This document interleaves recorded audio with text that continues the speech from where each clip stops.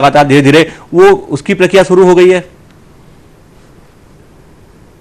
बिल्कुल अजीत, आप बिल्कुल सही कह रहे हैं, क्योंकि देखिए अब जब अनलॉक 1 की अगर बात की जाए तो उन इलाकों को, उन चीजों को खोला जाएगा जिनसे ज्यादा लगता था कि हाँ इससे चीजें और बढ़ सकती हैं, लेकिन अब वक्त है कि उनको धीरे धीरे खोलने के लिए इस अनलॉक 1 की एडवाइजरी में बता दिया गया है। होटल, रेस्टोरेंट्स उनमें से एक हैं, धार्मिक जगहें जो है, मंदिर, मस्जिद, गिरजाघर, गुरुद्वारे जो हैं वो उनमें से एक हैं। लेकिन एक चीज सबसे महत्वपूर्ण इसमें जो आपने जिक्र किया एसओपी का, वो एसओपी सबसे महत्वपूर्ण होगी जो हेल्थ मिनिस्ट्री जारी करेगी, और वो हेल्थ मिनिस्ट्री बताएगी कि इन इलाकों में जब आपको जाना है तो किस तरीके से प्रिकॉशन के साथ आपको जाना होगा। वहां का जो लोकल एडमिनिस्ट्रेशन होगा, वहां का जो प्रबंधन होगा, चाहे आप किसी मंदिर में जाते हैं, मस्जिद में जाते हैं, गुरुद्वारे में जाते हैं, तो वहां का जो प्रशासन होगा वो किस तरीके से किन बातों का ध्यान रखेगा, ये उस एसओपी में होगा। उसके अलावा होटल, रेस्टोरेंट्स में अगर आप जाएंगे तो होटल प्रबंधक जो होगा, रेस्टोरेंट मालिक जो होगा, वो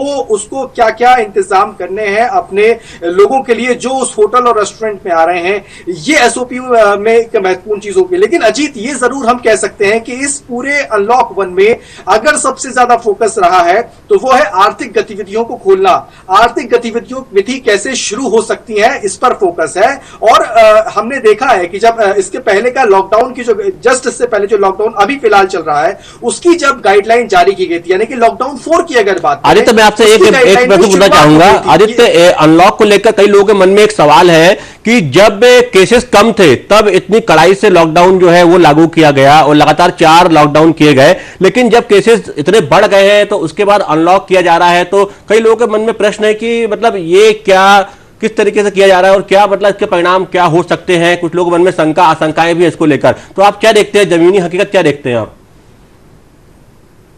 अजीत, देखिए, इसको 2 तरीके से समझना होगा। एक बात तो यह समझना होगा कि जिस वक्त लॉकडाउन 1 शुरू हुआ था, यानी कि देश में पहली बार 21 दिन का लॉकडाउन प्रधानमंत्री ने घोषित किया था, उस वक्त देश की कंडीशन क्या थी। उस वक्त देश में पीपीई किट नहीं बनते थे, उस वक्त देश में तैयार नहीं था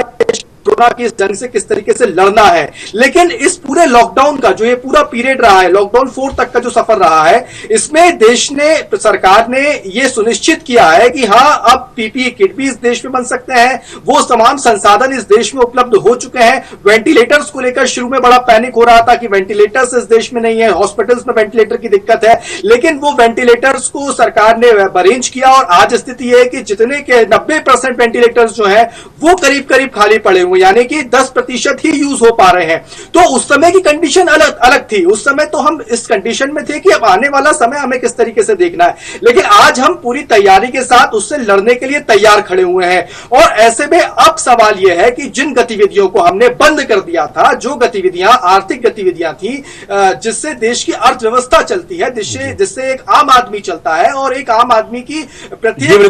मतलब कुल मिला के अब हम पूरी तरह से तैयार है और हम पहले की जो अपेक्षा, हम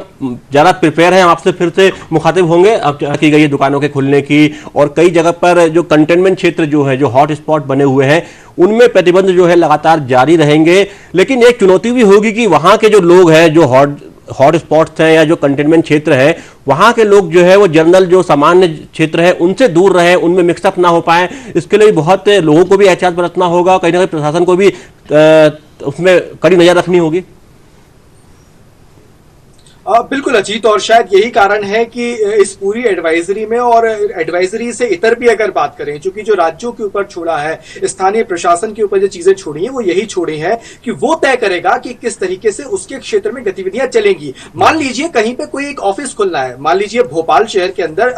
गतिविधियां शुरू होती हैं और निजी कार्यालय चालू होते हैं या सरकारी कार्यालय चालू हो गए हैं, ऐसे में उन ऑफिसेस में वो व्यक्ति ना आए जो उन कंटेनमेंट क्षेत्र में रह रहा है या जहां पर कोरोना के केसेस ज्यादा हैं। ये एडवाइजरीज पहले से जारी कर दी गई हैं। और व्यवस्था सबसे ज्यादा अगर प्रशासन ने अब इस वक्त की है, चाहे वो उनकी मूलभूत जरूरतों की बात की जाए, राशन पानी की बात की जाए, कि कंटेनमेंट क्षेत्र जो है, क्योंकि देखिए अजीत, अब क्या हो रहा है कि पहले पूरे शहरों में, पूरे देश में लॉकडाउन लगा हुआ था, लेकिन धीरे धीरे गतिविधियों को खोला जा रहा है। अब धीरे धीरे वक्त अब यह आ रहा है कि सिर्फ कंटेनमेंट क्षेत्र जो है वहां पर चीजें बंद रहेंगी, बाकी जगह चीजें खुल जाएंगी। तो अब चुनौती यह है कि चुनौती क्या कह रहे, बल्कि प्रशासन के सामने एक थोड़ी चीजें आसान भी अभी हो जाएंगी कि बहुत अच्छी तरीके से कंटेनमेंट क्षेत्र में रहने वाले जो लोग हैं उन तक मूलभूत सुविधाएं पहुंचे, उन तक मूलभूत चीजें पहुंच जाए और उन लोगों का मूवमेंट बहुत ज्यादा ना हो। कहीं ना कहीं आदित्य, जो आम लोगों की जिम्मेदारियां बहुत बढ़ जाएंगी, जो कंटेनमेंट क्षेत्र में लोग रह रहे हैं उनकी जिम्मेदारियां बढ़ जाएंगी और आम लोग भी जो है वो ये पूरा जो है अनलॉक की प्रक्रिया लगातार सतत जारी रहे।